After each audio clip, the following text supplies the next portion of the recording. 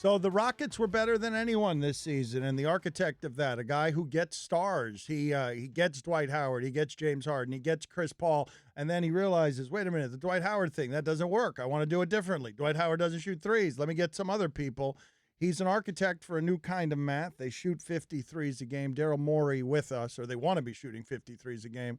Daryl Morey with us on ESPN Radio. He found the right coach for that. Yes, he did. The perfect coach. He did not have the perfect coach before. I'd like to ask him about that. I'd like to play for him some sound for him of Kevin McHale about James Harden. We'll do that as well. But first question, thank you for joining us, Daryl. Are you better than the Warriors? We'll find out, I hope. No! If we can advance here.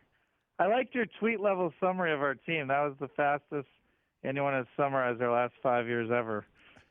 But that's what's happened, right? You guys, you thought that Dwight Howard was the way to go, and then you just said, bleep it, I'll do it a different way. We made the Western Conference Finals, and he chose to go to Atlanta, so. I know, but I'm asking you about the new math. You thought you could out-Warrior the Warriors on three. Not a lot of people thought that.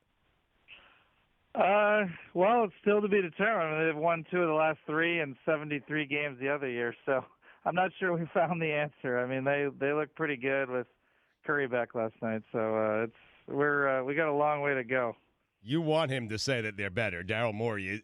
No, I understand. He's very outspoken, but he's not going to say that they're better. I want to ask him the question, but here's the thing, though, about Daryl Morey, and I think he'll tell you this himself. He's a big chicken.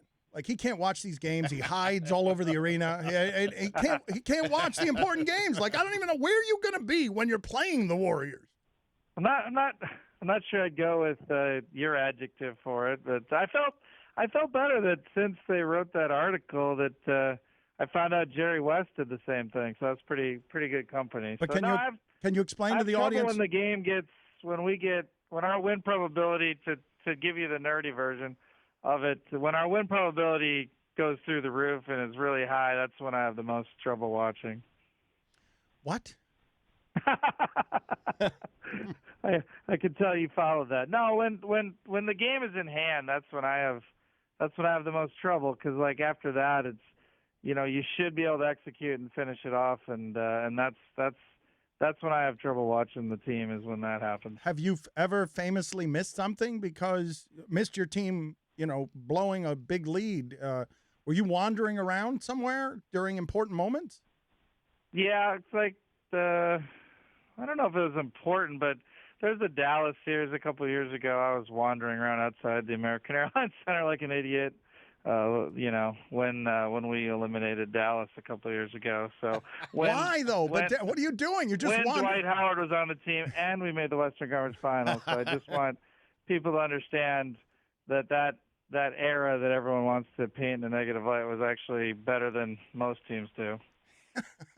Okay, Daryl, I didn't mean to prick a soft spot. No. Yeah, you picked a scab right there.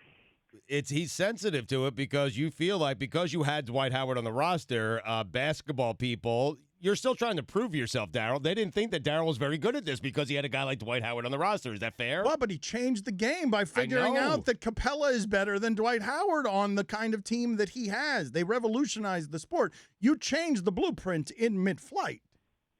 Well, I think Clint has really changed. I mean, he's been unbelievable. I think he outplayed Towns in round 1, and obviously round 2, the story's yet to be written, but Clint keeps surprising us, keeps taking a step forward. He really improved in his 4th year in the league, which actually almost never happened. So, yeah, we're pretty excited about what Clint's doing. Can you give us some facts like that that most might not? Daryl Morey, Houston Rockets GM, with us. When you say improved in terms of Clint, do you mean? No, you just said improved more. I think people understand it now, but he's actually been elite going back to second division France. I mean, he has soft hands and unbelievable instincts around the rim in terms of being able to put it away. And I think in Game 1, you saw him throw it down on Gobert a few times and, had to adjust in the air and really, really impressive stuff. And our coaching staff's done a good job with him as well. I wasn't asking you to praise Capela. I was asking you how many things like that where players don't often